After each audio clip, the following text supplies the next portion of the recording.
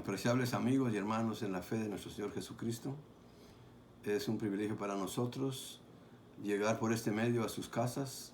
Gracias por ese privilegio, esa oportunidad que nos brindan de poder participar en su tiempo de comunión con el Señor, en su tiempo de oración, en su tiempo de edificación en cuanto a lo que es el proceso y progreso de su vida espiritual.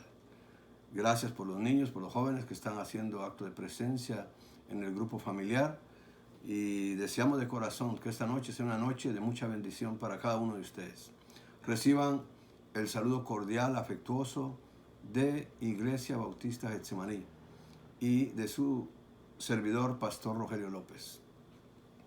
Vamos a continuar nuestro escudriñamiento en el libro de Proverbios. Abra su Biblia, por favor, después de que hagamos la oración.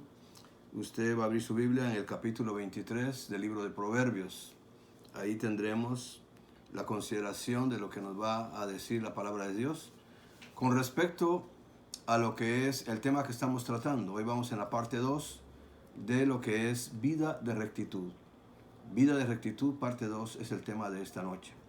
Y vamos a tener la enseñanza a través del capítulo 23 y otros capítulos que están entrelazados con este tema. Así es que le invito para que abra su Biblia y prepare ahí su nota, por si quiere, su libreta, por si quiere anotar, lapicero o lápiz, en fin, usted sabrá qué va a usar. Eso queda a consideración suya. Pero antes de entrar en lo que es el discernimiento o el comprender lo que nos dice la palabra del Señor, quisiéramos orar para que Dios nos bendiga a través de su Espíritu, dándonos la capacidad para tener el entendimiento necesario para asimilar lo que nos enseña la palabra. Vamos a hacer una oración. Le invito a cerrar sus ojos. Por favor, oremos.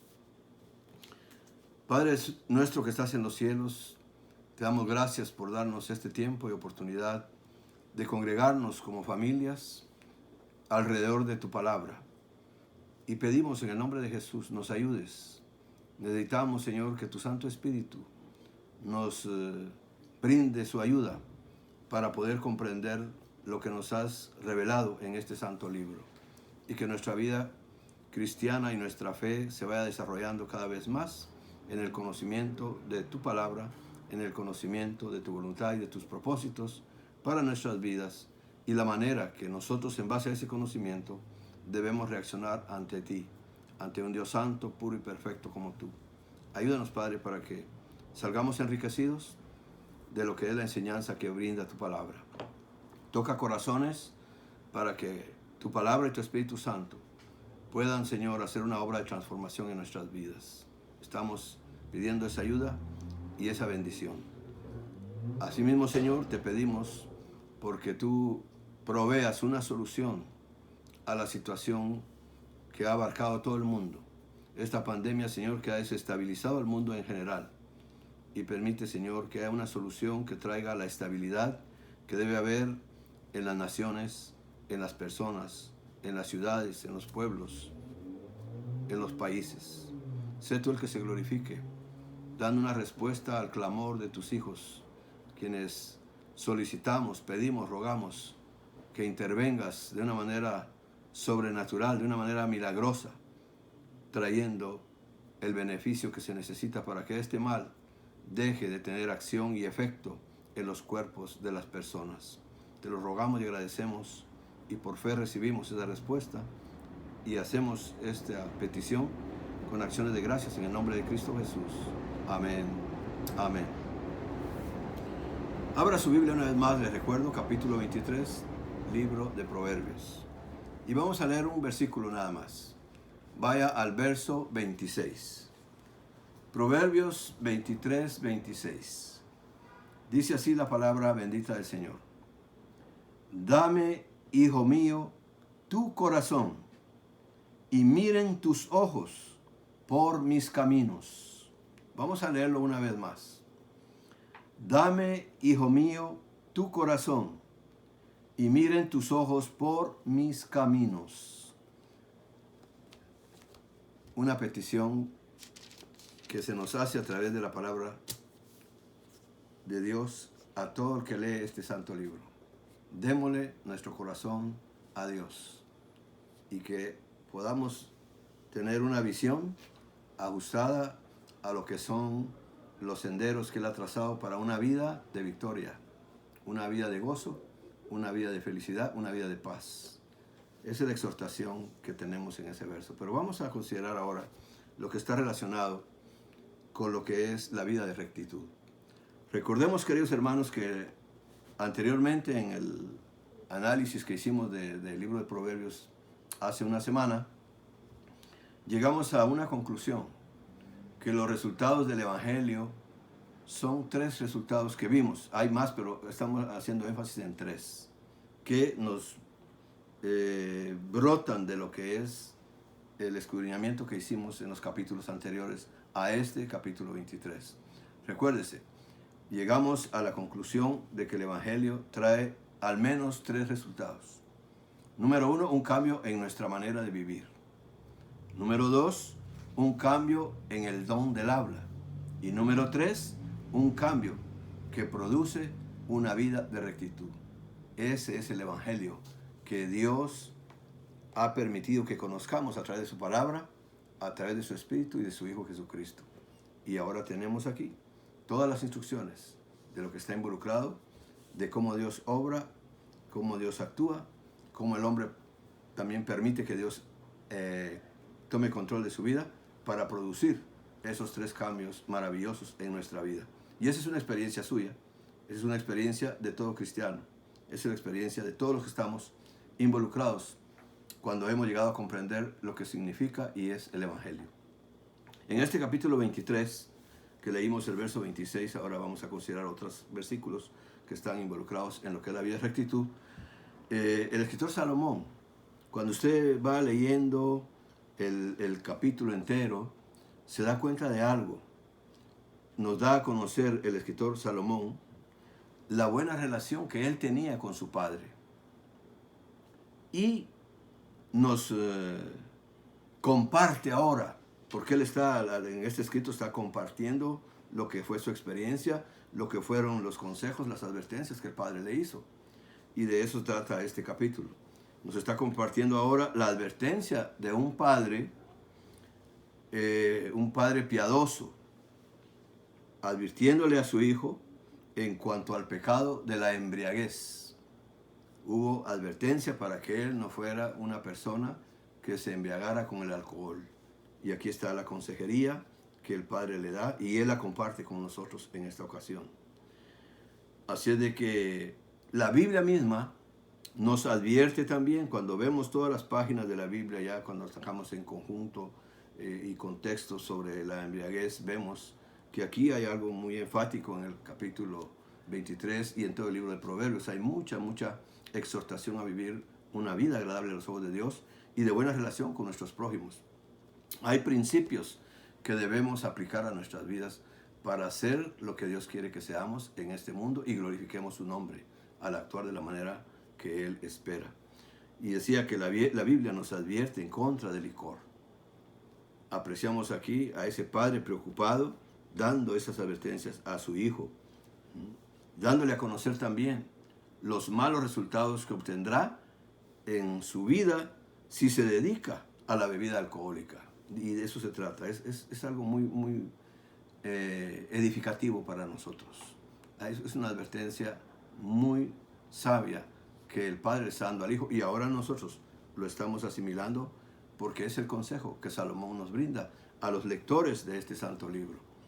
Y vamos a ver en el capítulo 23, pero decía que podemos apreciar la relación de padre a hijo. Vea en el 23:15, por ejemplo. Ahí el padre habla, dice: hijo mío, si tu corazón fuere sabio, también a mí me alegrará el corazón. Se me va a alegrar el corazón si tú actúas con sabiduría. Vea lo que le está diciendo el padre al hijo. Y en el verso 19 también: oye, hijo mío, y sé sabio. Y endereza tu corazón al camino. No te desvíes. Camina, trata, vive. Ajústate a las sendas que son las correctas, que te evitan estos resultados. Y le va a dar a conocer los malos resultados del alcohol. Al menos tenemos unos 4 resultados malos del alcohol. Se los voy a mencionar y después lo vamos a ir viendo en lo que van desglosando los versículos, el énfasis sobre lo que vemos que es un mal resultado. En primer lugar, el alcohol trae como resultado la pobreza.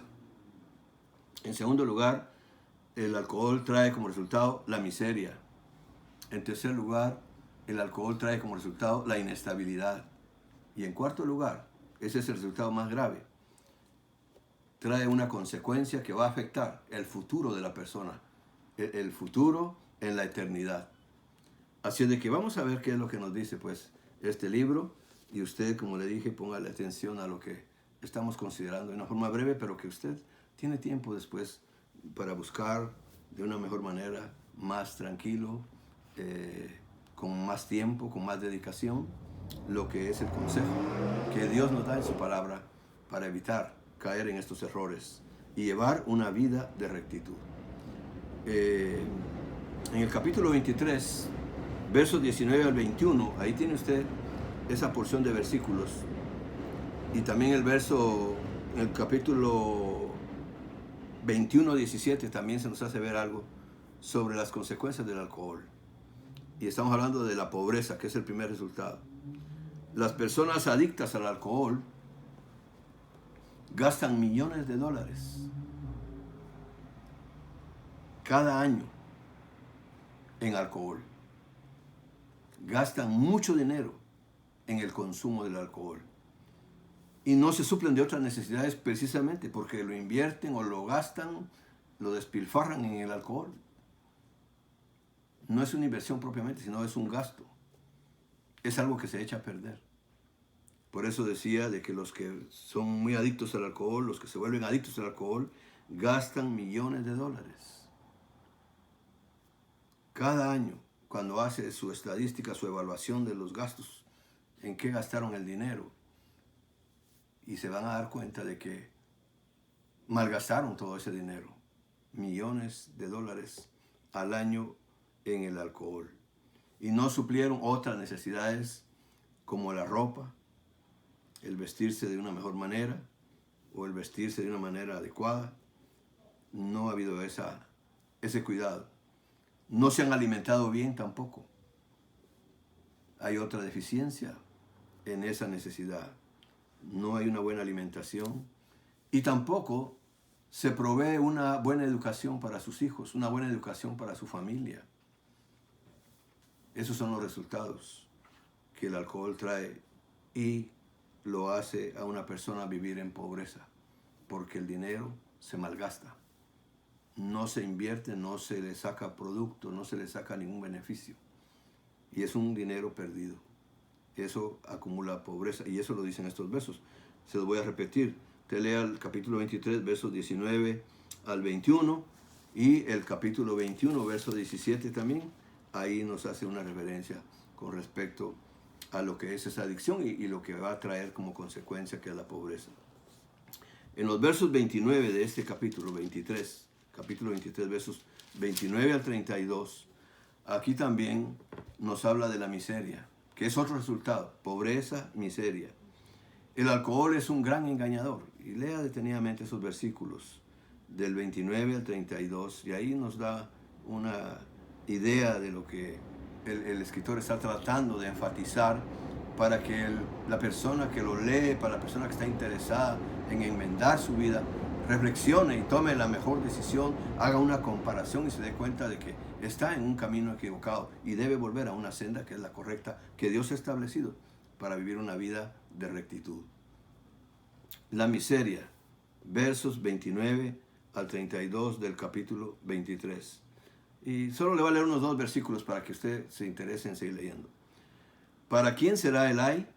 O sea, el lamento, porque ese es un ay de lamento, de lamentación. ¿Para quién el dolor? ¿Quién es el que va a sufrir las consecuencias, tanto físicas, mentales como sentimentales? Acuérdese que hay diferentes clases de dolor. No está hablando solo de dolores físicos, está hablando de dolores sentimentales y dolores mentales también. ¿Para quién las rencillas? O sea, ¿quién es el que acumula muchos pleitos, muchas discrepancias, muchas discusiones? ¿Para quién las quejas? Siempre una persona con esa tendencia al alcohol es bien quejumbroso. Y en todo está disgustado y con nada está agradado. ¿Para quién, dice aquí, las heridas en balde? De alguna manera, físicamente también hay heridas que se causan porque la embriaguez le hace golpearse, lastimarse su propio cuerpo. Hay heridas también sentimentales, hay heridas mentales, no crea.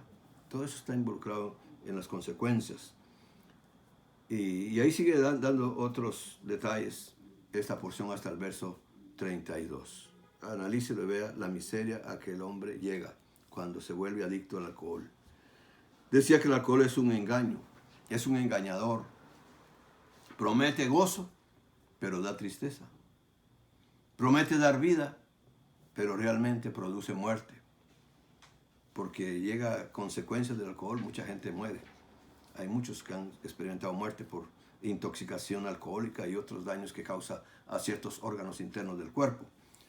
Produce ayes, como dice aquí el texto que leímos, o sea, lamentos, produce dolor, rencillas, o sea, peleas, heridas, ojos amoratados, como sigue diciendo la explicación aquí que estamos viendo estos versículos, los ojos amoratados, y fatales accidentes automovilísticos también. Una persona ebria no maneja correctamente un vehículo, entonces hay un gran riesgo, un 90% de riesgo que se accidente y pueda morir en el accidente. Y llegamos a la conclusión en base a esto que jamás el alcohol ha hecho un hogar más feliz, ni ha hecho a una persona más saludable tampoco. El alcohol no es un estimulante, el alcohol es un narcótico que afecta el cerebro. Este efecto hace que una persona pierda el control. Descontrola todo lo que es el funcionamiento del cerebro, lo desajusta, lo desestabiliza y lo hace actuar de una manera, como le dijera yo, incorrecta. Y al perder el control, esto permite entonces muchas tentaciones que se muestran, por así decir, seductoras y conducen al pecado. El alcohol no es un alimento, el alcohol es un veneno. Y de eso nos está hablando la Biblia. Por eso decía que tomemos en cuenta la advertencia que aquel padre le hace al hijo en la buena relación que tenía, dándole a conocer que en la vida puede haber un mal camino que se puede tomar, pero hay un camino que es el correcto. Y la advertencia, el llamado, la exhortación es para que camine por el camino correcto, para que lleve una vida de rectitud. Entonces ya vimos dos resultados, la pobreza y la miseria. Veamos ahora otro resultado, que está en el capítulo 23 siempre, los versos 34 al 35. Ahí encierra algo sobre la inestabilidad que produce el alcohol en una persona. La inestabilidad. Entonces la bebida alcohólica le roba a una persona su estabilidad. No puede caminar derecho, ni puede pensar adecuadamente. El alcohol hace actuar a la persona que se embriaga como un comediante. La persona que se embriaga actúa como un comediante. Por eso, cuando usted va al capítulo 31, y vamos a ir ahí un momentito, al capítulo 31 de este libro de Proverbios, vea una recomendación que se le hace al rey. En los versos 4 y 5 se le dice: no es de los reyes, oh Lemuel, no es de los reyes beber vino, ni de los príncipes la sidra, no sea que bebiendo olviden la ley y perviertan el derecho de todos los afligidos. Porque hay desestabilización, como estamos diciendo hace un momento. Se desestabiliza en cuanto a su proceder físico como a su proceder mental. Y por eso al rey se le recomienda no beber, no ser adicto a la bebida alcohólica. Y aparte, como le decía, hay un cuarto resultado. Entonces hemos visto la pobreza, hemos visto la miseria, estamos viendo en ese instante la inestabilidad que causa el alcohol y un cuarto resultado. Póngale atención a esto. Y ese es el más grave. Desde el punto de vista bíblico y de todos los puntos de vista que usted lo quiera ver, es el más grave cuando usted haga su análisis, su estudio personal, privado, se va a dar cuenta que el cuarto resultado del alcohol es el más grave de todos. Que su futuro en la eternidad será el infierno. Y lo aclara Dios en su palabra, y lo vamos a ver aquí en 1 Corintios. Si fuera tan amable, querido hermano, abra su Biblia ahora, pasemos un momentito allá al Nuevo Testamento. Vamos a 1 Corintios, capítulo 6 de Corintios, 1 Corintios, capítulo 6, y leamos los versos 9 y 10. Vea lo que dice ahí. ¿No sabéis que los injustos no heredarán el reino de Dios? No erréis, ni los fornicarios, ni los idólatras, ni los adúlteros, ni los afeminados, ni los que se echan con varones, ni los ladrones, ni los avaros, ni los borrachos, ni los maledicientes, ni los estafadores heredarán el reino de Dios. Por eso le decía, hay resultado de pobreza, de miseria, de inestabilidad, y el cuarto es el peor, es el más grave. El futuro de esa persona en la eternidad será el infierno. Y esto nos está diciendo aquí la palabra misma del Señor. Por eso la advertencia debe ser muy considerada. Es una advertencia. Acuérdese que toda persona que tiene una buena intención, un buen propósito, puede dar buena consejería, puede dar buenas advertencias, pero el que oye o el que recibe el consejo, el que se le está haciendo la advertencia, es el que decide. Y no se le puede obligar. Porque esas consecuencias, por eso estamos viendo, la Biblia nos presenta consecuencias. Por eso este libro de Proverbios provee, genera sabiduría para saber tomar las mejores decisiones. Y eso es lo fabuloso que tenemos aquí en nuestras manos. Y por eso nos dedicamos a, así como esta noche, a hacer los estudios, los análisis que nos traen beneficio, que brota de la palabra misma del Señor y que uno lo puede absorber tomando un tiempo de meditación y consideración para ver qué consejo le dio Dios a uno. Y también usted decide si lo toma o no lo toma. Dios no nos obliga, pero sí nos advierte. Nos da a conocer lo bueno y lo malo y usted decide, yo decido. Es fascinante el Evangelio, ¿verdad que sí? Decía que ese resultado es el del futuro de la persona. Será en el infierno. Ahora bien, los borrachos. Ve al verso 11. Sigamos ahí en 1 Corintios capítulo 6. Vamos al verso 11. Leámoslo primero y luego vamos a hacer una exposición de eso. Y esto erais algunos, mas ya habéis sido lavados, ya habéis sido santificados, ya habéis sido justificados en el nombre del Señor Jesús y por el Espíritu de nuestro Dios. El Espíritu Santo haciendo la obra de transformación en la vida de aquella persona que recibe a Cristo como Señor y Salvador. Aquella persona que toma en serio la advertencia y toma la mejor decisión. Y la mejor decisión es venir al Evangelio a través de Cristo Jesús. Así decía yo, pues, en esta hora, de que usted y yo debemos ser conscientes de cuál es nuestro estado. Y darle gracias a Dios por la decisión que hemos tomado, si ya la tomamos. Y si no, pues que nos ayude a tomarla para poder estar en una cosa, es decir, en lo correcto de lo que es el discernimiento que Dios nos ha dado en base a la comprensión de su palabra. Los borrachos, como leímos aquí en el verso 11. Fíjese bien en esto, querido hermano, querida hermana, porque podemos aconsejar, podemos alentar a otra persona. Y ese es el trabajo de la iglesia. Para eso es que tenemos que tener conocimiento para poderles ayudar a ellos. Y podemos, por eso tomamos en cuenta bien cómo estamos exponiendo los textos, porque hay esperanza para esas personas. Los borrachos pueden salvarse de ir a ese lugar. Pueden salvarse de ir al infierno. Claro que tienen esa oportunidad. Por eso decía que hay esperanza para ellos.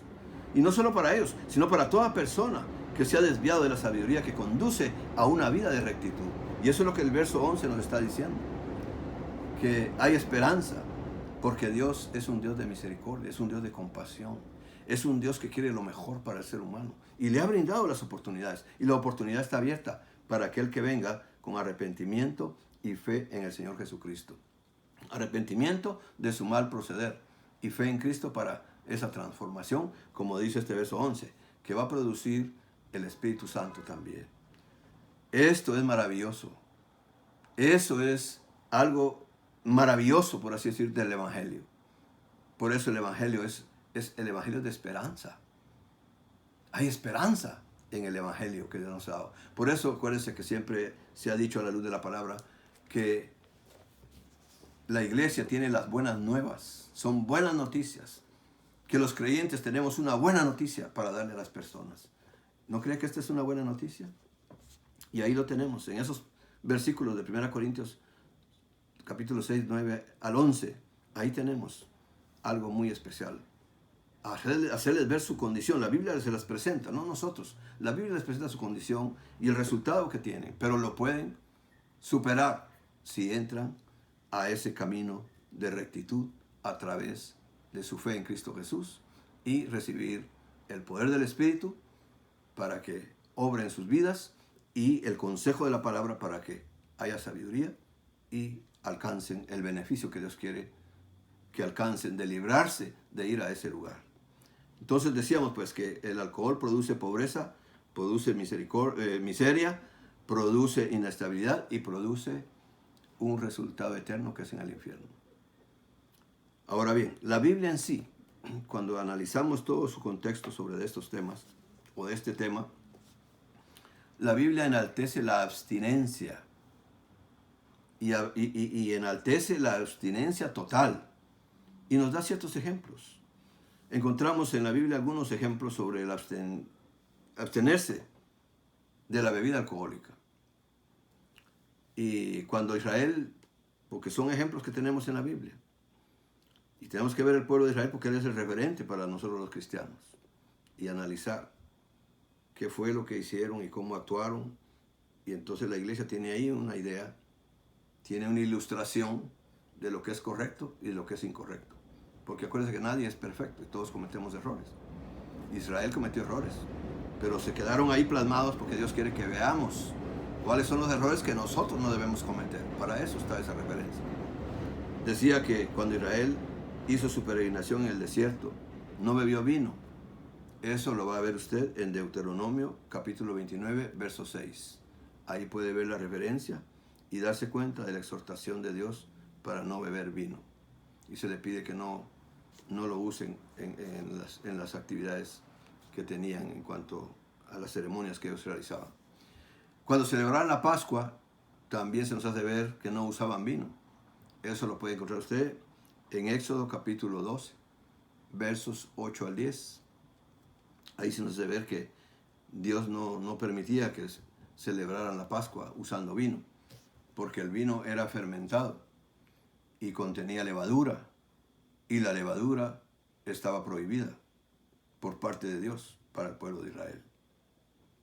Los sacerdotes tenían que abstenerse de beber vino cuando servían en el templo. Eso lo encontramos en Levítico capítulo 10, versos 8 al 10. Los sacerdotes tenían que abstenerse de beber vino. Lo tenemos ahí en Levítico 10, 8 al 10. Y también a los nazareos se les prohibía beber vino. Eso está en el libro de Números, capítulo 6, versos 1 al 3. Y recuérdese que Juan el Bautista era tal persona, era un nazareo. Si va usted a leer la historia de Sansón, Sansón también era nazareo. Y Daniel, también cuando vamos analizando el profeta Daniel, él rehusó seguir la corriente de beber vino. Y eso lo tenemos ahí en el capítulo 1 de Daniel, verso 5. Él no quiso contaminarse, dice el verso 8, de la comida del rey, porque el comestible que le daban al rey no solo traía comidas que no eran, como le dijera yo, de alimento dentro de la cultura judía, no usaban esa clase de alimentos, y aparte de eso había vino, y él se abstuvo de eso.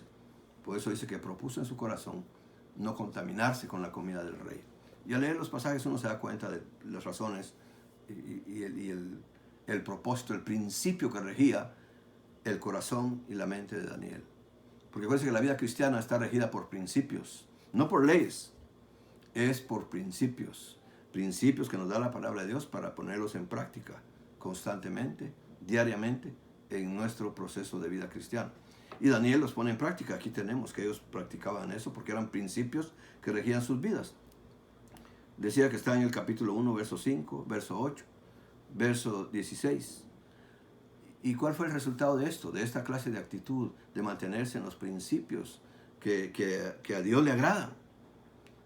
Dios a Daniel le honró y lo exaltó. Y hasta la fecha, usted ve, nos quedaron escritos de Daniel que están haciéndose una realidad ahora en estos tiempos. Fue usado por Dios para dar a conocer el futuro de la humanidad y lo que es el gobierno de Dios a través de Cristo Jesús.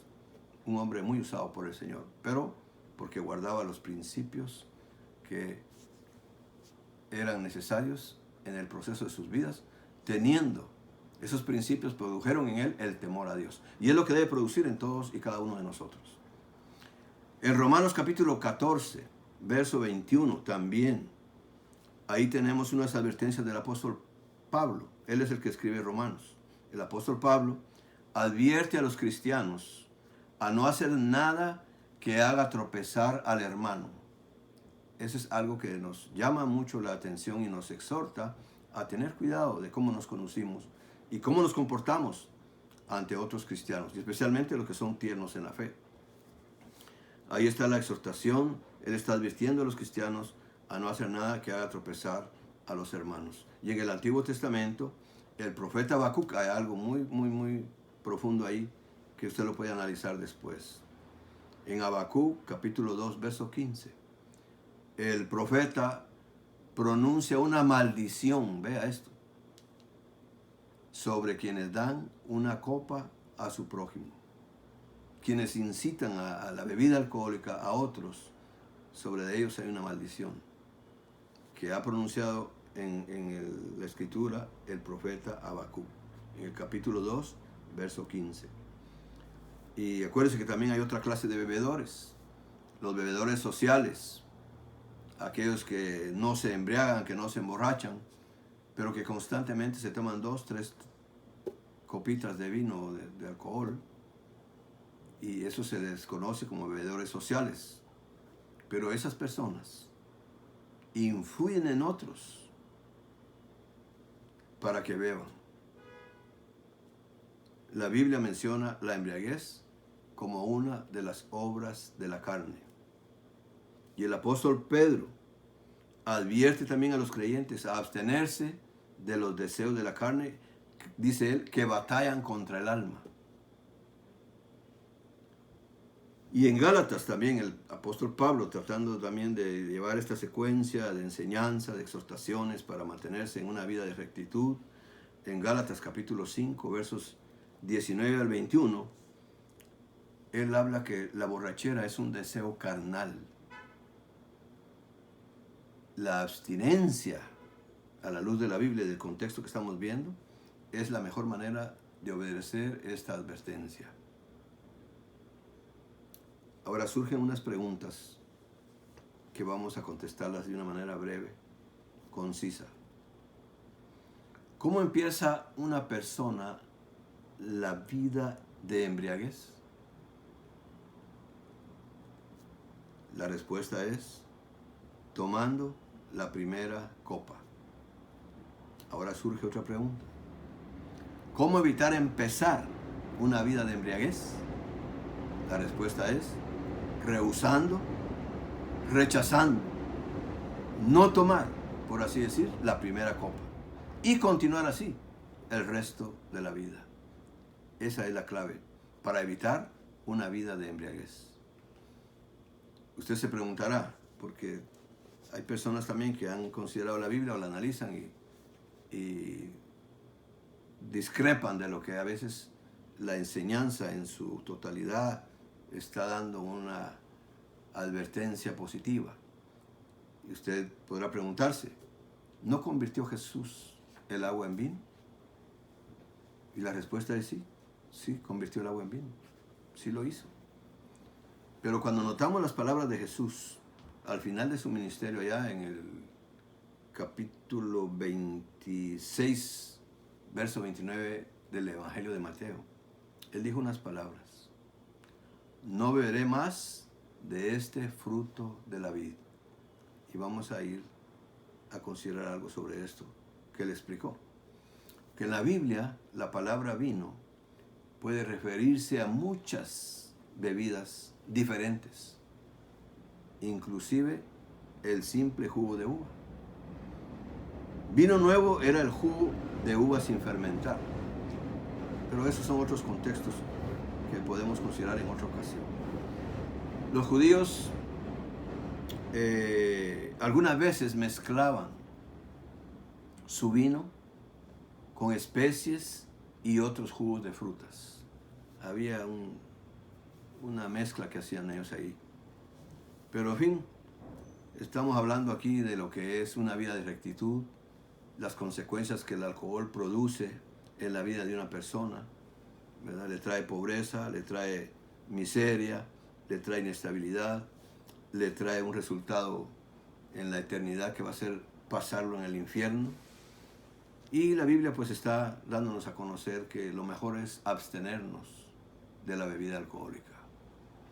En conclusión, queridos hermanos, podemos decir a la luz de este tema que hemos tocado en esta noche, que debemos orar al Señor para mantener una vida de rectitud,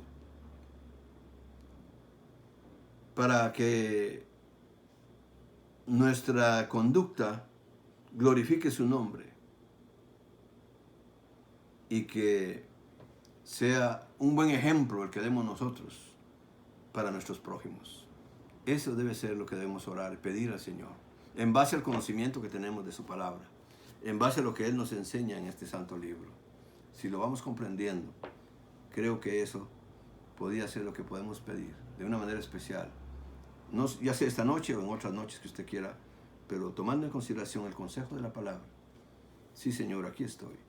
Entiendo, comprendo tu palabra y deseo mantener una vida de rectitud. Ayúdame, porque como le dije, todos cometemos errores. Pero si estamos en las manos de Dios, Él nos ayudará a no cometer errores, a no caer en errores. Hay promesa de la palabra de Dios que dice que Él preservará nuestras vidas. Pues pidámosle, Señor, ayúdame a preservarme. Presérvame en lo que es una vida de rectitud. Y permite que esa vida de rectitud que yo estoy practicando, que estoy viviendo, glorifique tu nombre. Y que al mismo tiempo sirva mi ejemplo para otros. Porque estoy haciendo lo correcto delante de tus ojos y estoy haciendo lo correcto delante de los ojos de la sociedad. Porque estamos viviendo una vida de rectitud. Gracias, queridos amigos, por su atención.